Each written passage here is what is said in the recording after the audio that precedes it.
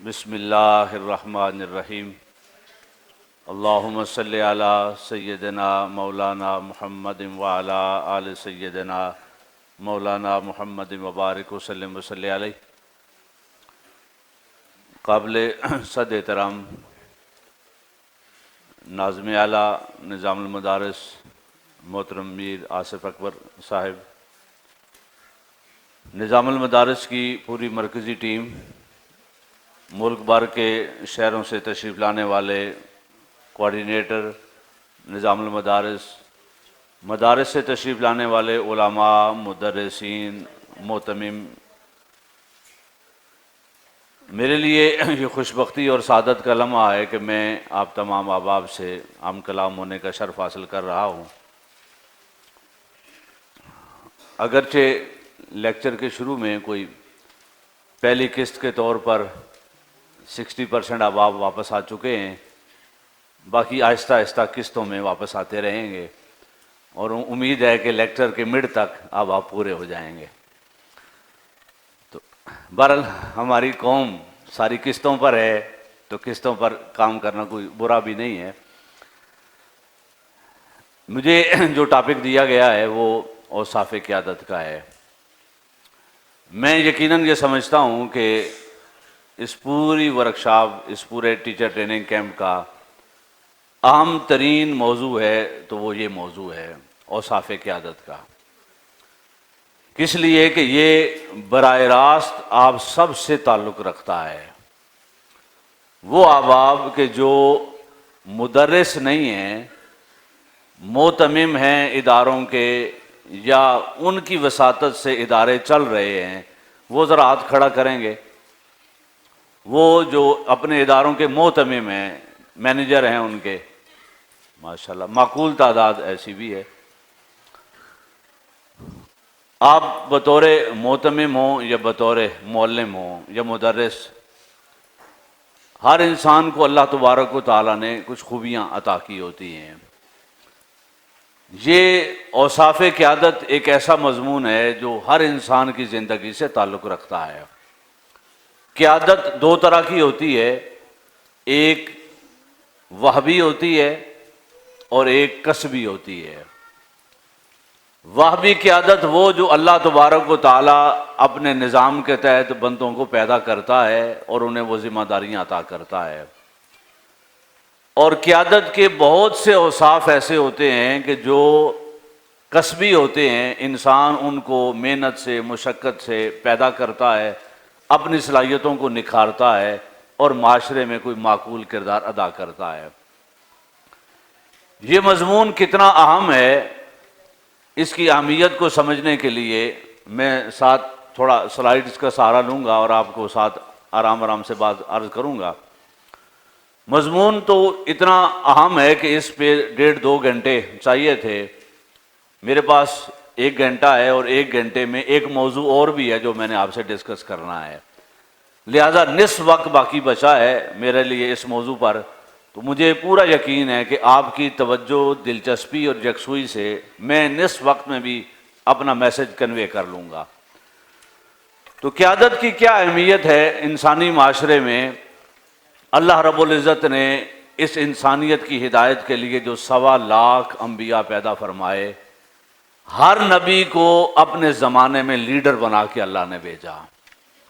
علم میں، عمل میں، اخلاق میں، کردار میں، صلاحیتوں میں، بلکہ اس زمانے کے سارے علوم میں اللہ تبارک و تعالیٰ نے اس نبی کو رہنما، قائد، لیڈر بنا کے بھیجا۔ ایک ایسا نمونہ بنا کے بھیجا جسے دیکھ کر انسانیت رہنمائی حاصل کر سکے۔ اگر ہم یہ سوچیں کہ یہ تو بڑی سطح کے لیڈر ہیں جو اللہ تبارک و تعالیٰ نے پیدا کیے، تو آپ کو یہ سن کر اور خوشی محسوس ہوگی کہ اللہ کے بھیجے ہوئے انبیاء وہ بھی خود اپنے ساتھیوں میں قیادت تلاش کرتے رہے۔ سیدنا موسیٰ علیہ السلام نے اپنے کام کی سہولت اور آسانی کے لیے کیا دعا مانگی؟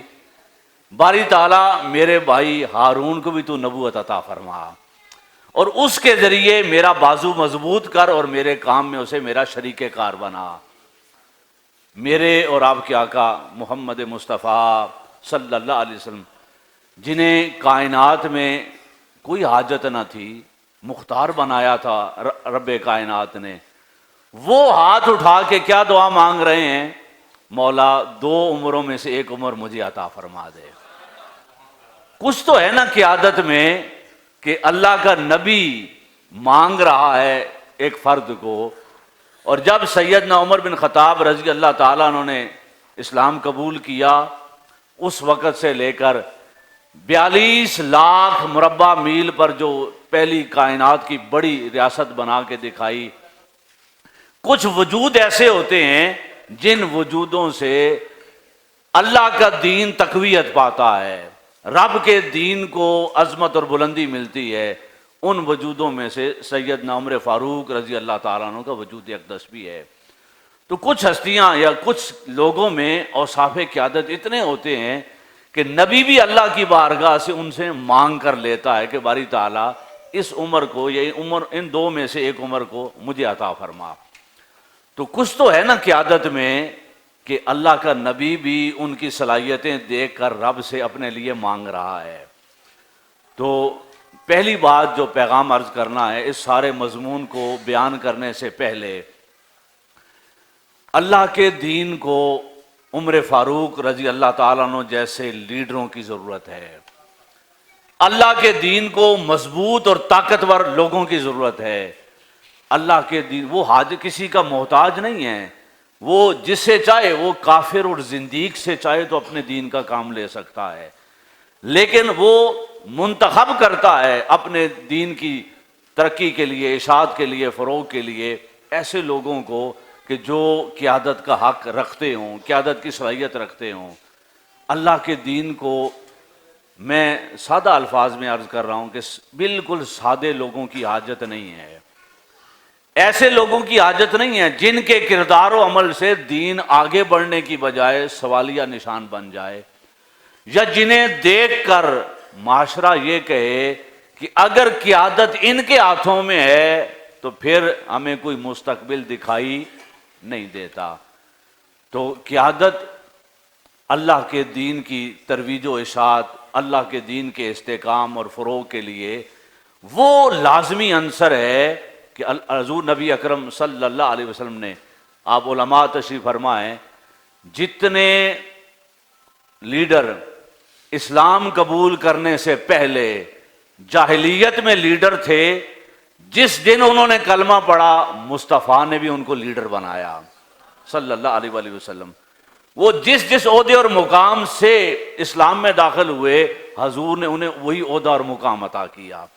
خالد بن ولید رضی اللہ تعالیٰ عنہ احد تک، خندق تک مسلمانوں کو نقصان پہنچانے والے، اور جس دن کلمہ پڑھا حضور نے انہیں سیف اللہ کا لقب دے کر سربراہ بنا دیا۔ تو لیڈر کو پہچاننا، اس کے اوصاف دیکھنا اور اس کو جائز مقام دینا، یہ سنت مصطفیٰ صلی اللہ علیہ وآلہ وسلم ہے۔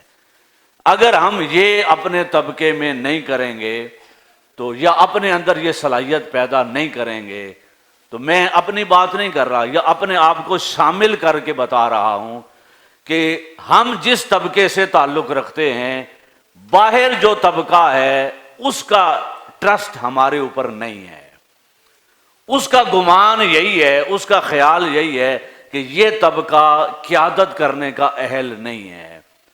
ہم نے اپنے آپ کو اس مقام پر پہنچانا ہے کہ ہمارے وجود، کردار اور عمل سے اور ہماری صلاحیتوں سے کوئی اللہ کا بندہ اللہ کے دین سے دور نہیں، اس کے دین کے قریب ہوتا چلا جائے۔ یہ تبھی ہو سکتا ہے کہ جب ہم اپنی صلاحیتوں کو اس میں اضافہ کریں۔ اور میں ابتدا میں اس حدیث پاک سے بھی کر رہا ہوں کہ مومن وہ ہے جس کا اگلا دن پچھلے دن سے بہتر ہو، یعنی ہر روز اس کی صلاحیتوں میں اضافہ ہو۔ اور آقا نے فرمایا مومن وہ ہے جو ایک سوراخ سے 2 بار ڈسا نہیں جاتا، یعنی ایک غلطی ہوئی، ایک خطا ہوئی، ہو سکتی ہے اور ہوتی ہے، انسان سے ہی ہوتی ہے، دوبارہ وہ خطا نہ ہو، اس سے سیکھے اور آگے بڑھ جائے۔ تو اوصاف قیادت ہمارا موضوع ان پہلوؤں سے ہے جو ڈیولپ کیے جا سکتے ہیں، جو پیدا کیے جا سکتے ہیں، جن کو پالش کیا جا سکتا ہے۔ وہابی صلاحیتیں وہ اللہ کی طرف سے ہوتی ہیں، وہ جس کو چاہے جو عطا کرتا ہے۔ تو یہ ایک مختصر سا لیکچر تھا ڈاکٹر طاہر القادری صاحب کا، حضور شیخ الاسلام کا، اور انہوں نے اپنے لیڈروں کو یعنی تحریک منہاج القرآن کے قائدین کو بٹھا کر یہ گفتگو کی اور بتایا کہ میں اپنی تحریک میں ایسے لیڈر چاہتا ہوں، ایسے لوگ دیکھنا چاہتا ہوں۔ تو میں نے چاہا کہ وہی گفتگو اسی کی پریزنٹیشن کی شکل میں یا اس میں سے کچھ کلپ یا حصے آپ کے لیے عرض کروں۔ نہ یہ میرا سبجیکٹ ہے اور نہ میں اپنے آپ کو اس سبجیکٹ میں کوئی ماسٹر سمجھتا ہوں یا بڑا لیڈر سمجھتا ہوں، میں نہ لیڈر ہوں، بس وہ پیغام کسی کا ان کی اور اپنی زبان میں آپ تک پہنچانا ہے۔ اس سبجیکٹ کو لیں تو اس پر لوگ ایم فل کر رہے ہیں، پی ایچ ڈی کر رہے ہیں، یہ بڑا وسیع مضمون ہے، لیکن اس مضمون کا ایک حصہ جو براہ راست میرے اور آپ سے تعلق رکھتا ہے وہ ہم ڈسکس کریں گے۔ تو میں ذرا تھوڑی موٹیویشن کے لیے ایک جملہ کہوں گا، وہ آدھا جملہ کہوں گا اور آپ اس کے ساتھ مجھے رسپانس دیں گے، جواب دیں گے۔ میں کہوں گا وی آر، تو آپ نے کہنا ہے لیڈرز۔ کیا کہنا ہے؟ لیڈرز۔ لیکن کہنا ایسے ہے جیسے آپ دوپہر کا کھانا کھا کے آئے ہیں تو اس وقت جیسے آواز نکلتی ہے ویسی آواز نکلنی چاہیے۔ لیڈر وہ والے نہیں کہ جو آج کے اس معاشرے کے ہیں، ہم اندر سے خادم ہیں اللہ کے دین کے، اور دعا گو ہیں وہ ہمیں اپنا خادم رکھے اور یہ نوکری چلتی رہے، لیکن یہ اوصاف پیدا کرنے ہیں تاکہ بہترین خادموں میں شامل ہو سکیں۔ تو میں کہوں گا وی آر، آپ نے کیا کہنا ہے؟ لیڈرز۔ We are leaders. اب لیڈر کیسا ہوتا ہے؟ سب سے پہلے ہم اس کی تعریف دیکھتے ہیں، ذرا قیادت کی تعریف دکھائیں۔ یہ تعریف دو جملے ہیں، لیکن دو جملوں کو بڑے غور سے پڑھنا ہے، سمجھنا ہے، اور ایک ایک حصے پر پھر ہم تھوڑا سا اس کو تشریح کریں گے۔ اب محترم سعید رضا بغدادی صاحب نے کل کلاس لی اور مجھے پتا چلا کہ بڑے ردم کے ساتھ آپ پڑھتے ہیں، تو جن کو اردو پڑھنی آتی ہے اور جنہیں اسکرین نظر آ رہی ہے وہ یقیناً پڑھیں گے سارے۔ تو ذرا پڑھیں مل کر۔ قیادت ایک ایسی صلاحیت کا نام ہے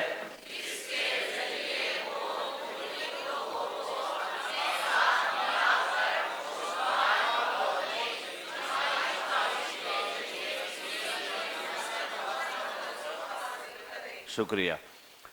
اب صرف تعریف ہی سمجھ آ جائے نا تو ایک پورا ویو نظر آ جاتا ہے لیڈر کا۔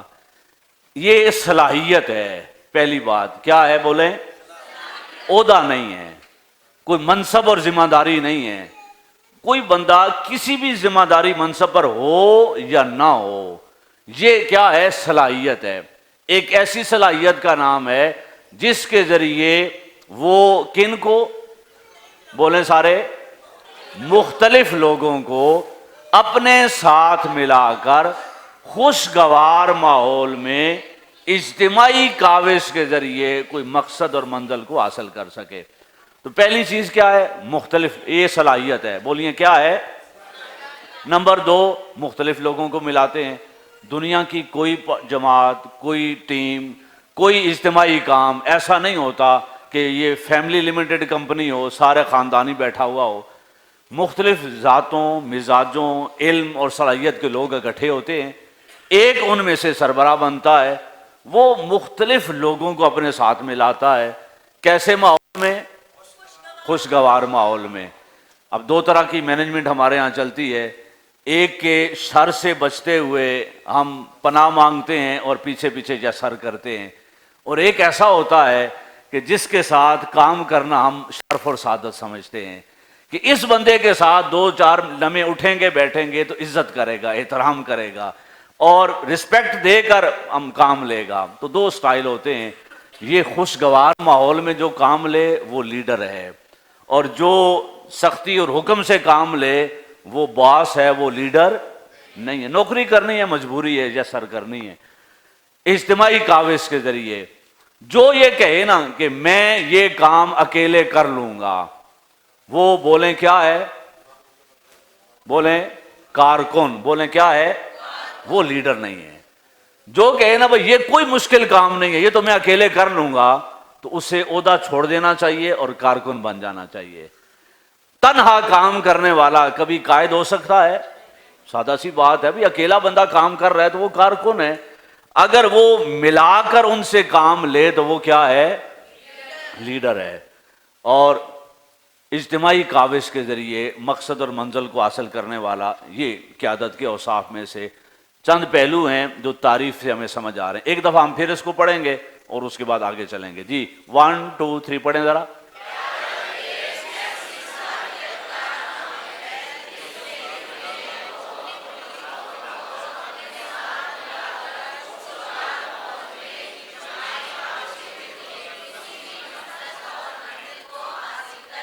اب تھوڑی دیر کے لیے اپنے آپ کو سوچ لیں، ظاہر ہے ہم نے اپنے گریبان میں جھانکنا ہے۔ میں ایک نظامت کا سربراہ ہوں، آپ کسی ادارے کے محتمم ہیں، آپ اپنے ساتھیوں کو کتنا شریک کرتے ہیں، کتنا خوشگوار ماحول رکھتے ہیں، کتنا ان سے کام لیتے ہیں، تو یہ اپنے آپ کو دیکھیں تو اندازہ ہو جائے گا کہ شاید ہم تعریف کی روح سے ہی لیڈر کہلانے کے حقدار نہیں ہیں۔ ہمیں ذمہ داری دے دے کہ یہ عہدے پر بٹھا دیا گیا ہے، ہم لیڈر نہیں ہیں۔ لیڈر کے اندر یہ اوصاف ہونے چاہیے۔ اب آگے ہم دیکھتے ہیں کہ لیڈر کے بنیادی اوصاف کیا ہیں۔ نیکسٹ، قیادت کے 3 بنیادی اوصاف ہیں۔ یہ پوری اسکرین کلیئر کر دیں، تھینک یو۔ قیادت کے کتنے اوصاف ہیں؟ 3 بنیادی اوصاف ہیں، 10 بھی ہو سکتے ہیں، لیکن یہ حضور شیخ الاسلام کی گفتگو کا ایک خلاصہ ہے، اور یہ وہ پہلو ہیں جو براہ راست ہمارے ساتھ تعلق رکھتے ہیں۔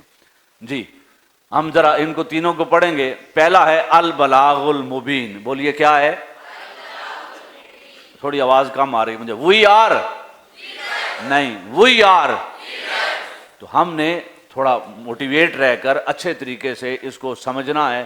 آگے بڑھیں گے تو آپ کو اندازہ ہوگا کہ یہ معمولی نہیں، چند چیزوں پر بھی عمل میسر آ جائے تو انسان کی شخصیت بدل سکتی ہے۔ پہلا قیادت کا وصف کیا؟ بولیے البلاغ المبین۔ انگلش میں کیا کہیں گے؟ نمبر 2 تحرک، بولیے کیا ہے؟ نمبر 3 تربیت و نگرانی، بولیے کیا ہے؟ یہ 3 بنیادی اوصاف ہیں جو ایک لیڈر کے اندر ہونے چاہیے۔ اب ان کی تھوڑی ڈیٹیل ہم دیکھتے ہیں تاکہ ہمیں اندازہ ہو کہ البلاغ المبین، کلیئر کمیونیکیشن سے کیا مراد ہے۔ سب سے پہلے ہے البلاغ المبین، اس کے پھر 3 حصے ہیں، پہلے سن لیں ذرا، اس کے ساتھ پھر دوبارہ پڑھیں گے۔ اپنے مقصد، اپنی منزل اور اس کے حصول کے لیے جو لائے عمل ہوتا ہے، اس کے بارے میں 100% جو بندہ کلیئر ہے وہ لیڈر ہے۔ اگر اسے اپنے کام میں ایمبیگوٹی ہے، ابھی اسے کلیئر نہیں ہے، تو وہ اس کام میں اور اس منزل کے حصول کے لیے لیڈر ہونے کا حقدار نہیں ہے۔ اور پھر صرف خود کلیئر نہ ہو، اپنے ساتھیوں کو 100% کلیئر کر سکے۔ آپ نظام المدارس سے منسلک ہیں، کوآرڈینیٹر ہیں مختلف اضلاع کے، آپ کے ضلع میں 10 15 20 50 مدارس منسلک ہیں۔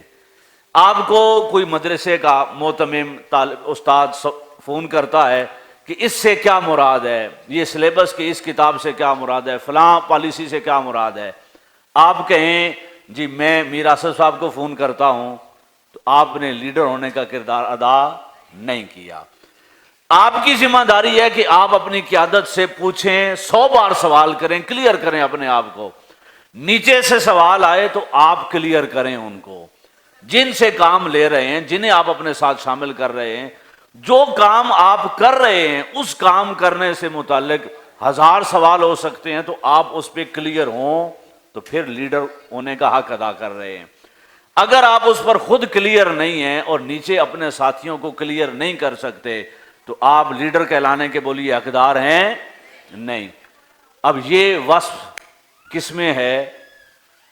اللہ تبارک و تعالی اپنے حبیب محمد مصطفیٰ صلی اللہ علیہ وسلم کو مخاطب کر کے اللہ نے کیا کہا، ذرا دیکھیے قرآن مجید کی آیت کریمہ۔ اعوذ باللہ من الشیطان الرجیم، یا ایھا الرسول بلغ ما انزل الیک من ربک۔ اے حبیب صلی اللہ علیہ وسلم، جو کچھ ہم نے آپ پر اتارا آپ مکمل اپنے ساتھیوں کو بیان فرما دیں، مکمل انہیں کنوے کر دیں، دین کا ایک ایک پہلو، ایک ایک سوال، ایک ایک جہت انہیں سمجھا دیں۔ اگر قیادت کرنے والا اپنی منزل، اپنے کام، اپنے لائے عمل پر کلیئر ہے اور نیچے وہ کلیئر کر سکتا ہے، 2 4 6 7 سوال پیدا ہونے پر گھبرانے کی بجائے کلیئرٹی دے سکتا ہے، تو وہ لیڈر ہے اور وہ فرض ادا کر رہا ہے۔ دوسرا ہے ٹیم اور ساتھیوں کے ابہامات اور اشکالات کا ازالہ۔ دیکھیں یہ اللہ رب العزت کی سنت مبارکہ ہے۔ اللہ تبارک و تعالی ان تصورات سے ماورا ہے، بہت بڑی ذات ہے۔ اس نے ہمیں سمجھانے کے لیے ایک واقعہ قرآن مجید میں بیان کیا۔ رب نے ایک فیصلہ کیا کہ میں نے آدم کو کیا بنانا ہے؟ زمین پر خلیفہ بنانا ہے۔ تو رب نے کیا کیا؟ ملائکہ کو جمع کیا اور جمع کر کے کہا کہ میں زمین پر کیا بنا رہا ہوں؟ خلیفہ بنا رہا ہوں۔ خلافت کا تاج آدم علیہ السلام کے سر پہ رکھا۔ مجھے بتائیں ملائکہ نے اچھے سوال کیے یا سخت سوال کیے؟ عجیب و غریب سوال کیے۔ بھئی رب کہہ رہا ہے کہ میں خلیفہ بنا رہا ہوں اور اپنے ہاتھوں سے تیار کیا آدم علیہ السلام کو، ملائکہ سب کچھ دیکھ رہے ہیں اور سوال کیا کر رہے ہیں؟ باری تعالیٰ تو اسے خلیفہ بنائے گا جو زمین پر فساد کرے گا، ہماری طرف دیکھ، ہم تیری تسبیح کرنے والے ہیں۔ تو انہوں نے 2 کام کیے، ایک اپنی تعریف کی اور ایک ذریت آدم کے نقص بیان کیے۔ اللہ تبارک و تعالیٰ کو یہ بات پسند نہیں آئی، لیکن بتائیں رب نے انہیں جھڑکا، برا بلا کہا؟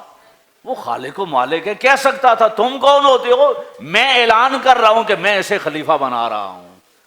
اس خالق نے خالق ہونے کے باوجود اس نے ملائکہ کا وہ اعتراضات سنے، برداشت کیے، اور پھر انہیں سمجھانے کے لیے اللہ نے پوری ڈیمانسٹریشن دی۔ پھر کہا کہ آدم علیہ السلام کو علم اسماء دیا اور ان کے سامنے پیش کر کے کہا کہ پوچھو اس سے۔ آدم علیہ السلام نے چیزوں کے نام بتائے، ملائکہ بتا سکے؟ نہیں بتا سکے۔ تو رب نے پھر کہا جو میں جانتا ہوں وہ تم نہیں جانتے۔ وہ خالق و مالک ہو کر اپنے فیصلے، یہ رائے تو نہیں لے رہا تھا نا باری تعالیٰ، نہ ان سے کوئی مشاورت کے لیے اجلاس بلایا تھا، رب نے اناؤنسمنٹ کا اجلاس بلایا تھا کہ میں خلیفہ بنا رہا ہوں۔ انہوں نے 2 سوال کر دیے، اللہ نے دونوں سوال سنے۔ اور یہ جو ہے نا اسجدوا لآدم، اس کے کئی معنی، مطالب اور تفاسیر ہیں۔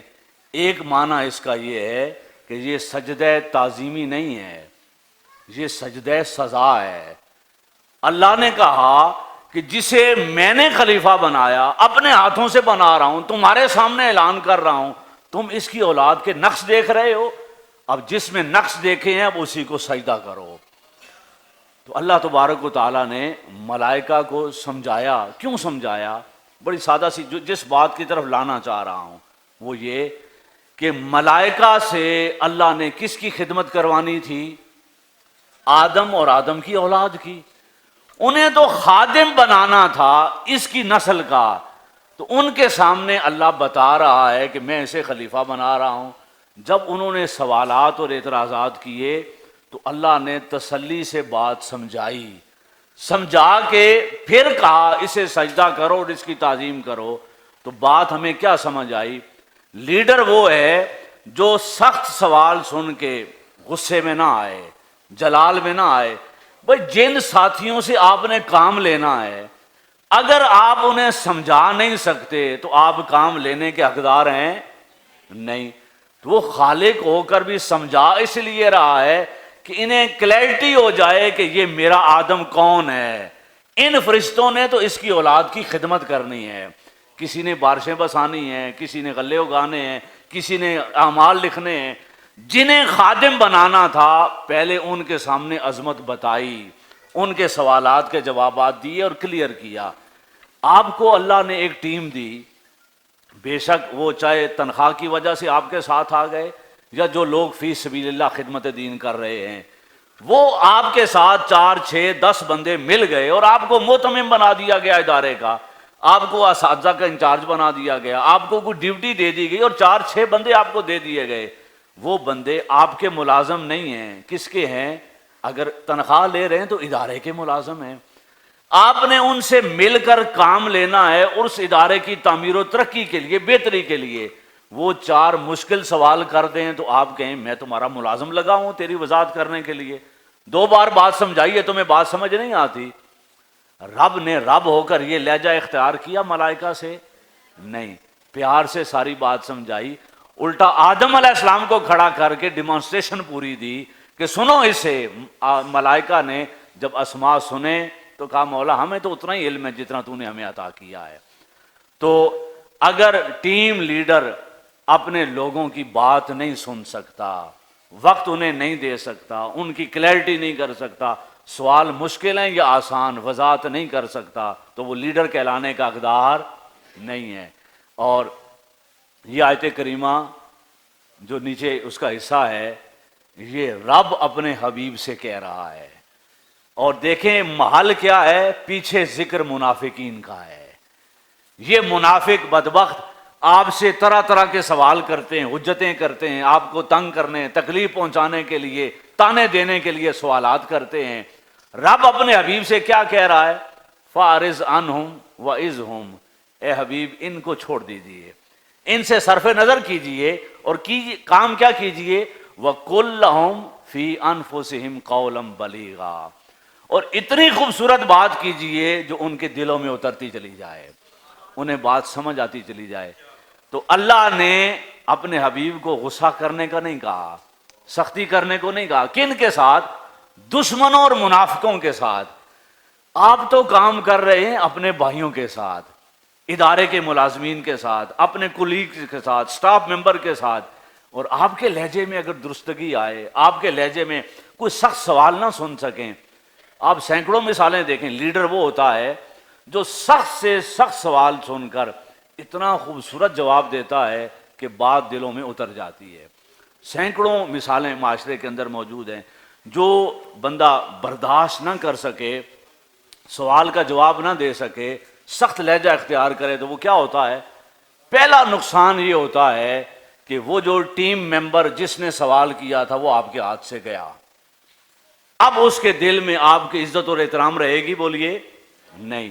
آپ اپنے ہاتھوں سے اپنی ٹیم ضائع کرتے ہیں اپنے رویے، مزاج اور جواب دینے سے۔ تیسرا ہے پارٹیسپیشن، یعنی آپ اس کو ٹیم کو کام صرف سمجھائیں نہیں، بتائیں نہیں، عملاً کام میں شریک کریں۔ جب آپ عملاً کام میں شریک کریں گے تو یہ کمیونیکیشن حقیقی معنوں میں مکمل ہوگی۔ ایک آپ سمجھا رہے ہیں، ٹائم ٹیبل بنانا ہے، اسے 2-4 بار دفتر میں بلا کے آپ نے کہا جی آپ کو ٹائم ٹیبل بنانا نہیں آتا، یہ 6 ٹیچر ہیں، 4 کلاسیں ہیں، ان کو تقسیم کار کریں اور بنائیں۔ اگر اس نے بی ایڈ نہیں کیا ہوا بیچارے نے، اس کو نہیں پتا ٹائم ٹیبل بنانے کا اصول اور ضوابط، کتنا ورک لوڈ ہے، کیا ہے، تو آپ اسے سمجھا دیں تھوڑا سا۔ سمجھانے کے باوجود بھی اگر وہ نہ بنا سکے تو تکلیف تھوڑی کر لیں، کاغذ پینسل پکڑ لیں، اسے ساتھ بٹھا لیں، ایک بار 4 لائنیں لگا کے اسے بتا دیں، عملاً اس کو ساتھ شریک کریں، یا اسے بٹھا لیں، کہیں کہ یہ کل کلاسیں ہیں، اس طرف آپ ٹائم لکھیں، اس طرف کلاسیں لکھیں، یہاں اساتذہ کے نام لکھیں، نیچے اس کے پیریڈ کا نام لکھیں، تو پریکٹس کرا لیں تو وہی آپ کا بہترین ساتھی بن جائے گا۔ اگر آپ اس کو پریکٹس نہیں کرائیں گے تو وہ بھی سرد درد اور آپ کے لیے بھی درد سر بنا رہے گا، یعنی وہ بار بار پوچھتا رہے گا، آپ بار بار بتاتے رہیں گے، وہ کام صحیح نہیں کرے گا تو آپ غصے ہوتے رہیں گے۔ تو اپنی ٹیم کو کام میں شریک کریں۔ اس سے بڑی اور کیا مثال ہو سکتی ہے؟ ایک صحابی خندق کے موقع پر 10,000 کا لشکر آ گیا۔ اب مدینے میں افرادی قوت یا فوج اتنی نہیں تھی کہ مقابلہ کیا جا سکتا، خندق کھودی گئی، اور جہاں سے خندق غلاموں سے نہیں کھودی گئی وہاں مصطفیٰ نے خود کدال اٹھا لی اور اپنے ہاتھوں سے کھودی وہاں سے۔ عملاً ان کے ساتھ شریک ہونا، انہیں کام میں پارٹیسپیٹ کرنا، ان کے ساتھ معاونت کرنا، یہ سنت محمد مصطفیٰ صلی اللہ علیہ وسلم ہے، یہ قیادت کے اوصاف میں سے۔ اب یہ ساری بات جو پہلی ہم نے سمجھی، یعنی کمیونیکیشن کسے کہتے ہیں، اسے ہم قرآن مجید کی ایک اور آیت کریمہ سے دیکھتے ہیں۔ نیکسٹ، اس سے خوبصورت مثال اور شاید قرآن میں نہ ہو، یعنی ہر آیت کریمہ بہترین ہے، یہاں کمیونیکیشن کا مضمون بہترین سرات کے ساتھ بیان ہوا۔ دیکھیے کس کی دعا ہے یہ بولیے، ذرا برکت کے لیے سارے مل کے پڑھتے ہیں جی، بسم اللہ الرحمن الرحیم پڑھیں ذرا، رب اشرح لی،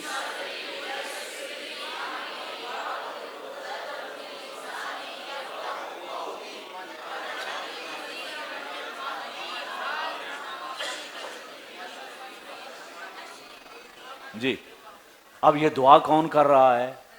رب کا نبی۔ کس سے کر رہا ہے؟ اللہ سے۔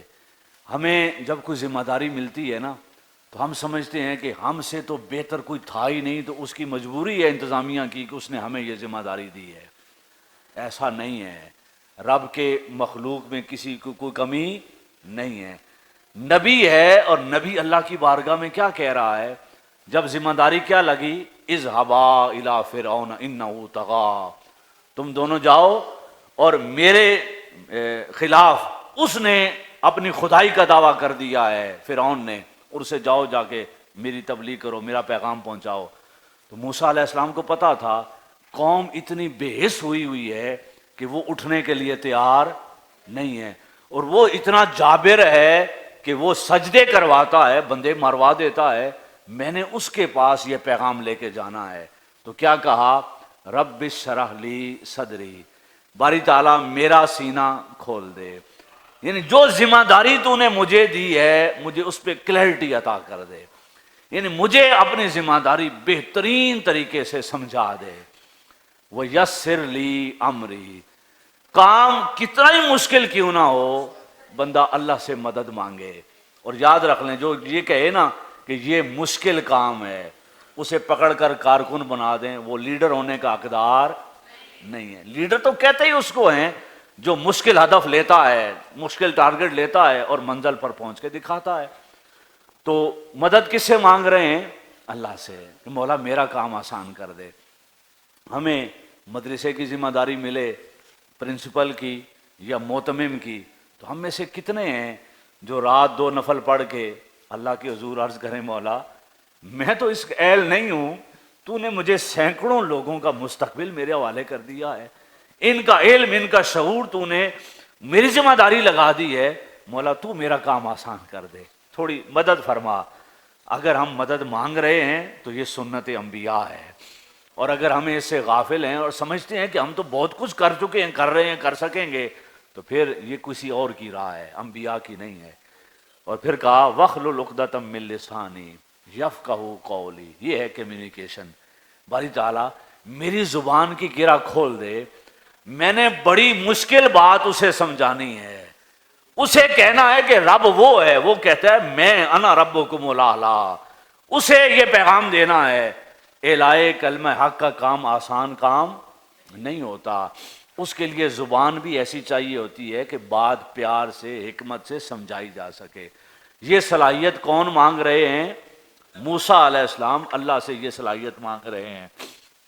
اور پھر قربان جائیں یہ جملے کتنے خوبصورت ہیں، وَاجْعَلْ لِي وَزِيرًا مِّنْ أَهْلِي، ہم میں سے کون ہے ایسا جسے محلے میں علاقے میں کوئی اپنے سے بہتر بندہ نظر آئے اور وہ رات کو اللہ کے حضور عرض کرے مولا کوئی سبیل بنا اسے میری جگہ پہ لے آ، یہ مجھ سے بہتر صلاحیت رکھتا ہے، مجھ سے بہتر علم رکھتا ہے، شعور رکھتا ہے، میرا ساتھی بنا دے تاکہ ہم دونوں مل کر منزل حاصل کر سکیں۔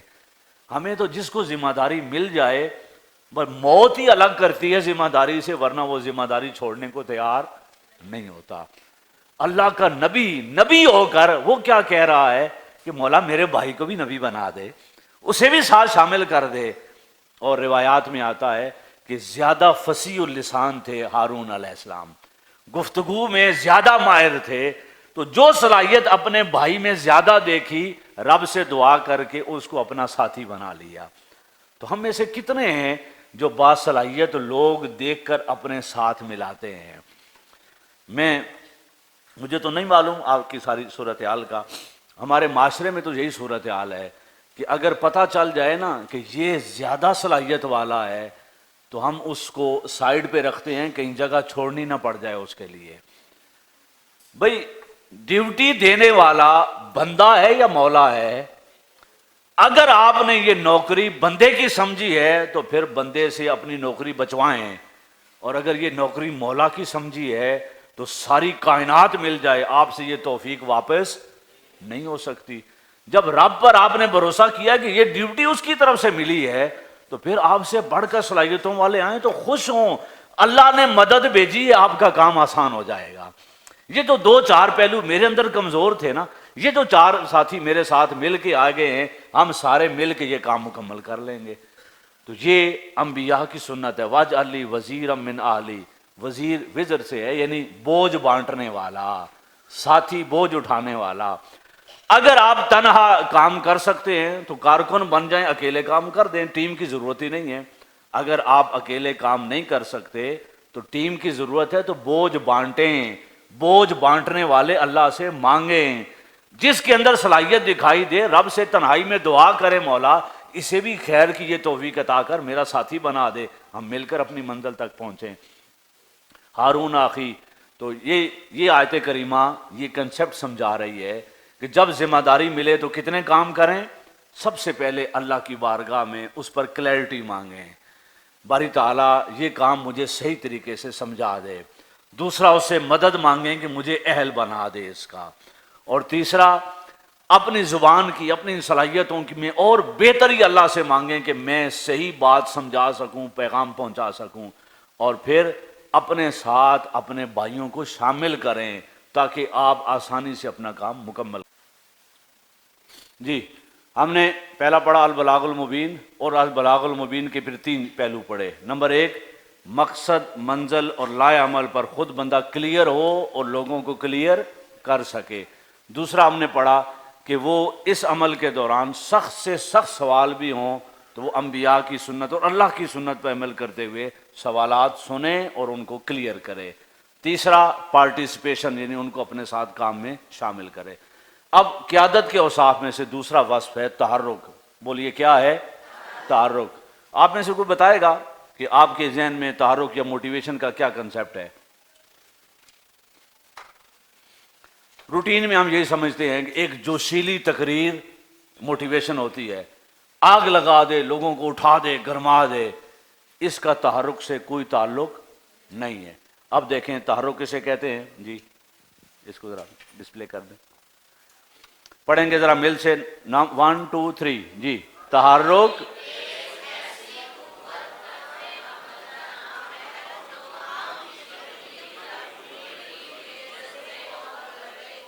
پھر دہرائیں گے، اب میں بھی آپ کے ساتھ پڑھوں گا۔ تحرک ایک ایسی قوت کا نام ہے جو کام کی تکمیل تک ٹیم میں جذبے اور ولولے کو، یہ ہے تحرک کی اصل تعریف۔ یعنی آپ کو ذمہ داری ملی کوآرڈینیٹر کی 1 سال کی، 1 سال تک آپ کی ٹیم آپ کے ساتھ کام کرنے کے لیے شانہ بشانہ ہے تو موٹیویشن قائم ہے۔ آپ کو معتمم ادارے کی ذمہ داری 2 سال کی ملی، 4 سال کی ملی، جتنا عرصہ ملی، اس سارے ٹینیور میں آپ کے ساتھ 10 بندے کام کرنے والے ہیں، ان کا جذبہ ولولہ آخر دم تک قائم رہتا ہے تو آپ کیا ہیں؟ لیڈر۔ اور اگر ایسی صورتحال نہیں، 2-4 قدم اٹھانے کے بعد، کوئی ایک واقعہ، حادثہ یا پریشانی ہونے کے بعد لوگ سوالات کرنے لگیں، پریشان ہونے لگیں اور ان کا موٹیویشن لیول گرنے لگے تو آپ لیڈر نہیں ہیں۔ لیڈر وہ ہے کہ جو اپنی ٹیم میں جذبے اور ولولے کو آخری دم تک قائم رکھے۔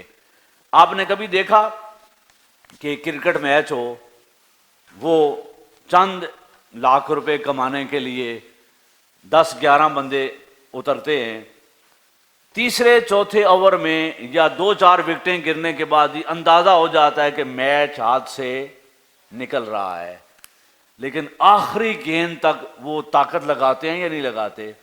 پوری طاقت لگاتے ہیں۔ موجزوں کا وہ بھی انتظار کرتے رہتے ہیں کہ کوئی ایسا ہو جائے اس بال پر کون بیٹ ہو جائے، آؤٹ ہو جائے اور پانسا ہی پلٹ جائے پورے کے پورے میچ کا۔ وہ دنیا میں دنیا کا کام کرتے ہوئے ایک بندہ کاروبار کرتا ہے، 2-4 بار نقصان ہوتا ہے تو کیا وہ ساری عمر کاروبار چھوڑ دیتا ہے؟ نہیں، وہ پھر جدوجہد کرتا رہتا ہے۔ تو اگر یہ دین کے کام میں جذبہ ہمارا قائم نہ رہے تو پہلا ذمہ دار لیڈر ہے جس نے وہ جذبہ اور ولولہ قائم رکھنا ہے۔ اب ذرا آگے بڑھیں، یہ تحرک پیدا کیسے کیا جاتا ہے اپنی ٹیم میں؟ تو اس کے بھی 3 طریقے کار ہیں۔ جی نیکسٹ سلائیڈ آگے چلا لیں۔ تحرک یا موٹیویشن پیدا کرنے کے 3 ذرائع ہیں۔ بولیے کتنے ذرائع ہیں؟ اب ذرا جن کو میں پھر عرض کروں گا، میں ایک جگہ گیا بورے والا، تو وہاں ایک ساتھی اس نے تھوڑی مہمان نوازی کی، وہ مٹھائی سامنے رکھی، 5 منٹ گزر گئے، میں نے کوئی پیس نہیں اٹھایا، وہ اندر سے ہو کے باہر آیا واپس، دوبارہ مجھے کہنے لگا کہ الوی صاحب آپ کی آئی سائٹ ٹھیک ہے؟ میں نے کہا ٹھیک ہے۔ اس نے پوچھا آپ کو شوگر ہے؟ میں نے کہا نہیں۔ تو کہتے پھر کھاتے کیوں نہیں ہیں؟ کتنی دیر سے آپ کے سامنے رکھی ہوئی ہے، آئی سائٹ بھی ٹھیک ہے، نظر بھی آپ کو آ رہا ہے کہ پڑی ہوئی ہے، اور کھانے میں کوئی رکاوٹ بھی نہیں ہے۔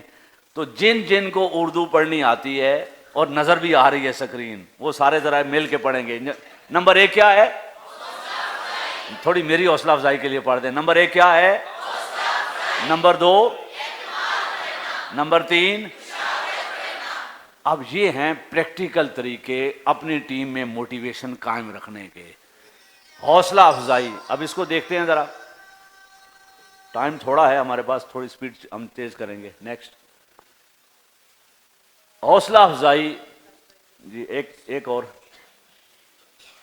ایک کلک اور کریں بس، نہیں پیچھے اس پہ، ہاں ٹھیک ہے۔ حوصلہ افزائی یہ کس کی سنت ہے؟ اللہ تعالیٰ کی۔ کائنات میں کوئی ایک شخص بتا دیں جو بغیر انعام صلے یا لالچ کے لگا ہوا ہو۔ کسی کی لالچ یہ دنیا کے مال و اسباب ہیں، کسی کی لالچ جنت ہے، کوئی حور و قصور کے لیے لگا ہوا ہے، اور کوئی اللہ کی رضا کے لیے لگا ہوا ہے، کوئی اس کے دیدار کی تمنا میں ہے۔ وہاں تو نبی بھی عرض کرتے ہیں مولا رب ارنی، پردہ اٹھا اور اپنا آپ دکھا دے۔ تو ہر ایک کی کوئی نہ کوئی تمنا، کوئی نہ کوئی لالچ ہوتی ہے۔ اگر کائنات میں انبیاء کی حوصلہ افزائی اللہ کرتا ہے، انہیں کبھی اپنی جھلک دکھاتا ہے، کبھی اپنے پاس بلاتا ہے، کبھی پچھلے انبیاء کی کہانیاں سناتا ہے، انہیں موٹیویٹ رکھتا ہے، تو ہم کیا ہیں اور ہماری اوقات کیا ہے؟ ہمارے ساتھ جو ٹیم اللہ نے دی چند لوگوں کی، ان کو کوئی نہ کوئی لالچ دینی ہے۔ وہ اگر کوئی دنیا کا لالچ رکھتا ہے تو بونس، انعام، اضافی تنخواہ دیں گے تو آپ کے ساتھ اٹیچ رہے گا، اور کام کیا کر رہا ہے؟ اللہ کی دین کی خدمت کر رہا ہے، علم آگے دے رہا ہے۔ اگر وہ اس سے ماورا ہے تو اگلی لالچ اسے اللہ کی رضا کی موٹیویشن آپ دیں گے۔ تو ہر ایک کو کوئی نہ کوئی لالچ یا تمنا اس کی ہوتی ہے، وہ پوری ہوتی رہے تو بندہ آگے بڑھتا ہے۔ نیکسٹ، اب حوصلہ افزائی کی صورتیں ہیں۔ آپ جی ایک اور، آپ کوئی بھی پروگرام آپ نے کیا، پروگرام کے میٹنگ کے اجلاس کے اینڈ پر جنہوں نے اچھا کام کیا ان کا نام لے کر حوصلہ افزائی آپ نے کی، تو اگلی بار وہ پھر کام کرے گا۔ اور اگر وہ سارا دن کام کرتا رہا اور آپ نے اس کا ذکر بھی نہ کیا تو کام کرنے والا اور نہ کرنے والا برابر ہو گئے۔ خوبیوں پہ نظر رکھیں، خامیوں کو چھوڑ دیں۔ ایک جملہ ہے بڑا خوبصورت سا، حضور شیخ الاسلام نے ایک نشست میں فرمایا، یہ دلوں پہ لکھنے والا ہے۔ آپ نے فرمایا اس کائنات میں ایک وجود ہے جس میں شر نہیں ہے، تو وہ ذات مصطفیٰ ہے۔ شر، خطا کا کوئی گمان بھی نہیں ہے، اور ایک وجود ہے جس میں کوئی خیر نہیں ہے، وہ شیطان ہے۔ بقیہ ساری کائنات اس کے درمیان میں ہے۔ یعنی طہارت، پاکیزگی کا جو سطح حضور نبی اکرم صلی اللہ علیہ وسلم کی ہے، اور ادھر شر کی جو سطح شیطان کی ہے، بقیہ ساری کائنات اس کے درمیان میں۔ آپ کو اللہ نے 4 بندے ساتھ دیے، ٹیم بنائی، کام کر رہے ہیں۔ آپ اگر ڈھونڈ کے ان میں سے نقص، کمیاں، کوتاہیاں دیکھیں گے تو جس دن اس نے آپ کے نقص ان پر عیاں کر دیے تو شاید ان کے سامنے بیٹھنے کے لائق ہم نہ رہیں۔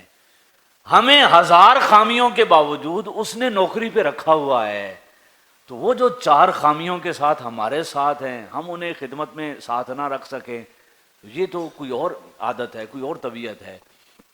جی اسکرین ذرا پلیز۔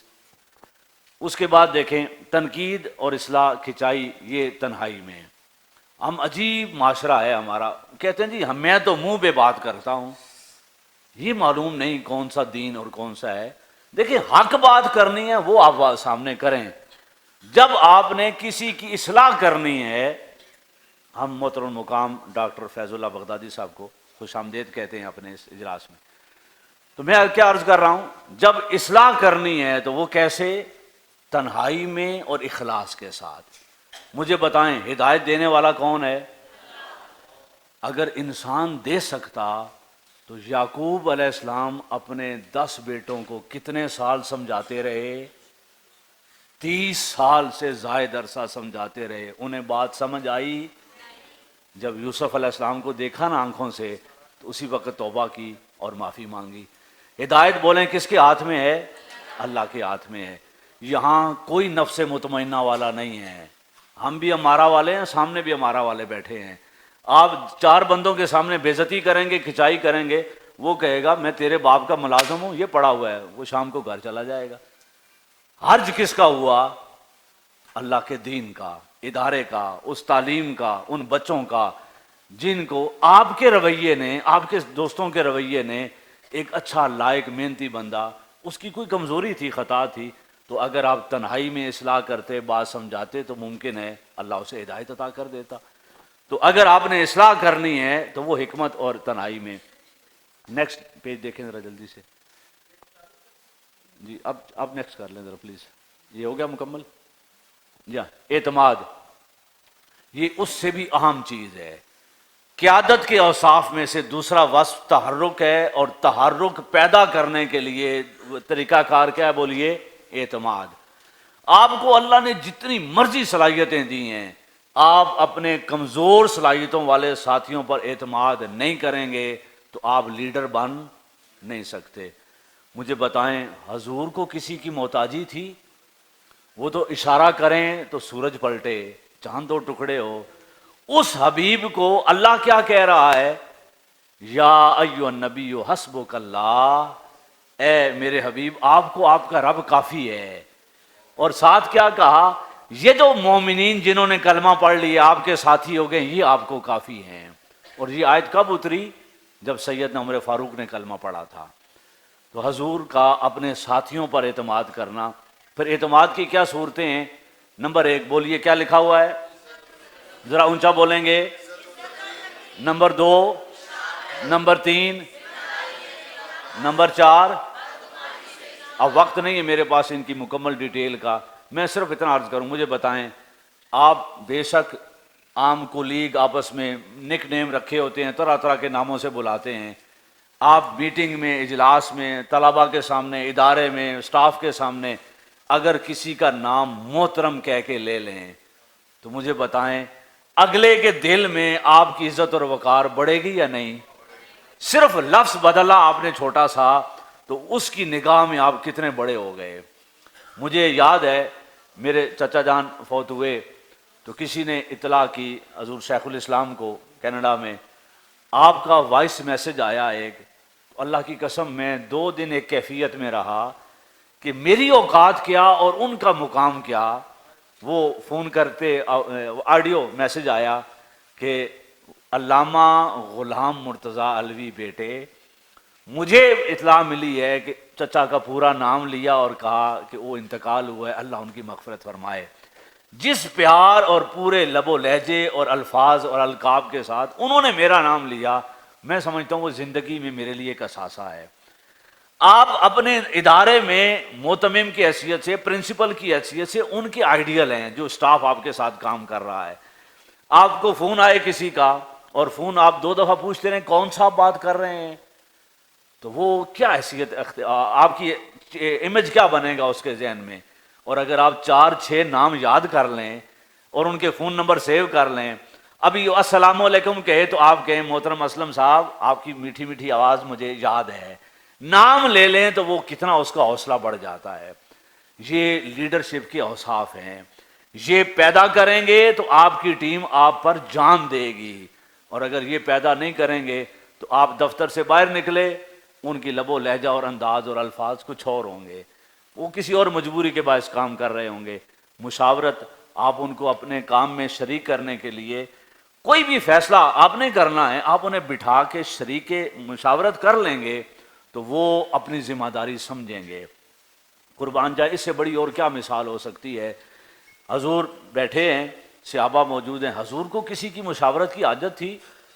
وہ جو بشری صفات میں کائنات کے بہترین انسان تھے، اوپر سے وحی خدا بھی آ رہی ہو تو نور علی نور ہے۔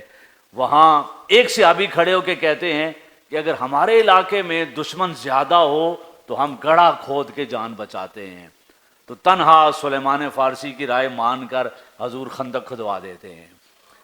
تو اپنے غلاموں کی رائے کو احترام دینا، اچھی رائے کو قبول کرنا اور اس کو عزت دے کر اس کو اپنا لینا، یہ سنت محمد مصطفیٰ صلی اللہ علیہ وسلم اور قیادت کے اوصاف میں سے ہے۔ اب ہم آخری جو حصہ ہے اس کو جلدی سے دیکھ لیتے ہیں۔ مشاورت میں نے عرض کر دیا، یہ سنت مصطفیٰ صلی اللہ علیہ وسلم اور اللہ کی بھی سنت ہے۔ نیکسٹ فائل دیکھ لیں۔ آخری ہے تربیت و نگرانی۔ دیکھیں، کوئی بھی دنیا بندہ نہ ماں کے پیٹ سے تعلیم لے کے آتا ہے، ایک شعور بندے کو میسر آتا ہے۔ ہمارا تعلیمی نظام جو ہے وہ پریکٹیکل نہیں سکھاتا، تھیوری سکھاتا ہے۔ جب وہ بندہ پہلے دن آپ کے پاس پڑھانے کے لیے آ گیا، ٹیچر آ گیا، تو وہ یقیناً بڑا تجربہ کار نہیں ہوگا۔ اگر آپ بھی اس کو کچھ نہیں سکھائیں گے، نہیں سمجھائیں گے، اس کی ٹریننگ نہیں کریں گے، تو وہ آپ کا بہترین ساتھی بن سکے گا؟ نہیں بن سکے گا۔ دنیا کا ہر ادارہ اپنے لوگوں کی ٹریننگ کے لیے لاکھوں کروڑوں خرچ کرتا ہے۔ تو تربیت و نگرانی میں بولیے کتنے کام ہیں؟ 3۔ اونچا بولیں گے۔ نمبر 1، نمبر 2، بیٹریاں ڈاؤن ہو گئی آپ سب کی، نمبر 2، نمبر 3۔ یہ 3 کام اگر فوکس کر کے آپ اپنی زندگی میں پیدا کرنا شروع کریں کہ آپ ان کو کام سکھائیں۔ نمبر 2، آپ ان کے ساتھ اپنے اوپر اور اپنے نیچے ہاریزونٹل ورٹیکل دونوں طرح سے روابط اپنے مضبوط رکھیں تو آپ بہترین لیڈر ہیں۔ اور آخری بات، کوئی کسی قسم کا کنفلکٹ انسانوں میں ہی پیدا ہوتا ہے، فرشتے آپس میں کوئی نہیں لڑتے، لڑتے بندے ہی ہیں آپس میں، تو وہ بر وقت سالو کرنا اور اسے لانگ نہ ہونے دینا اور عزت اور احترام لوگوں کی قائم رکھتے ہوئے فیصلہ کرنا، یہ لیڈر کی بنیادی اوصاف میں سے ایک وصف ہے۔ ہم ختم کر رہے ہیں اپنا لیکچر، دہرائیں ذرا سارے بات کو۔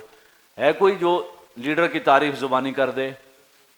اوصاف قیادت کی تعریف جو ہم نے پہلے پڑھی، پڑھیں ذرا مل کر۔ قیادت ایک ایسی صلاحیت کا نام ہے جس کے ذریعے وہ مختلف افراد کو اپنے ساتھ ملا کر خوشگوار ماحول میں اجتماعی کاوش کے ذریعے اپنی منزل اور مقصد کو حاصل کرے۔ اس کے بعد کتنے اوصاف پڑھے؟ نمبر 1 البلاغ المبین، نمبر 2، نمبر 3 البلاغ المبین میں ہم نے 3 چیزیں پڑھی۔ نمبر 1 خود کلیئر ہونا اور نیچے کلیئر کرنا، نمبر 2 مشکل سوالات بھی سننا، نمبر 3 انوالو کرنا لوگوں کو۔ اس کے بعد دوسرا ہم نے کیا پڑھا؟ تحرک۔ تحرک کے 3 پہلو پڑھے، کون کون سے؟ حوصلہ افزائی، اعتماد اور مشاورت۔ اس کے بعد تیسرا وصف ہم نے پڑھا تربیت و نگرانی۔ اس کے 3 حصے کون سے ہیں؟ اب ہم نے جتنی نظام المدارس والوں کی مدد کی اتنا انہوں نے ہمارا ٹائم کاٹا، اور 2 لیکچر انہوں نے 1 گھنٹے میں رکھ دیے۔ اب دوسرا لیکچر تو میں نہیں دیکھ سکتا، ظاہر ہے اگلا محترم پروفیسر صاحب تشریف لائے ہوئے ہیں، بغدادی صاحب، تو میں صرف اس کا اعلان کر سکتا ہوں، اور اعلان یہ ہے، مجھے بتائیں آپ نے ایک طالب علم کو اپنے مدرسے میں صرف نحو سے لے کر تفسیر تک سب کچھ پڑھا دیا، سب کچھ اس کو یاد کرا دیا، بہترین عالم دین بنا دیا، وہ سٹیج پر آیا اور 4 جملے نہ بول سکا، تو اس کے علم کا معاشرے کو فائدہ ملا؟ اونچا بولیے، نہیں۔ وہ کوئی ہوگا جو مصنف ہوگا اور لکھ کر فائدہ پہنچائے گا، پڑھنے والے بھی حسابی کتابی ہیں معاشرے میں۔ تو تبلیغ کا آج کے دور میں سب سے بہترین ذریعہ کیا ہے؟ گفتگو، خطاب۔ کلام آپ کے پورے ادارے کے 1 2 4 بچے کو خود ہمت کر کے سیکھ جائیں تو سیکھ جاتے ہیں، ورنہ یہ وصف عام لوگوں میں پیدا نہیں ہوتا۔ آپ ہمیں موقع دیں، ہم 2 دنوں میں ریڑھی والا بندہ جسے اردو پڑھنا لکھنا نہ آتا ہو بہترین مقرر بنا کے آپ کے سامنے خطیب بنا سکتے ہیں۔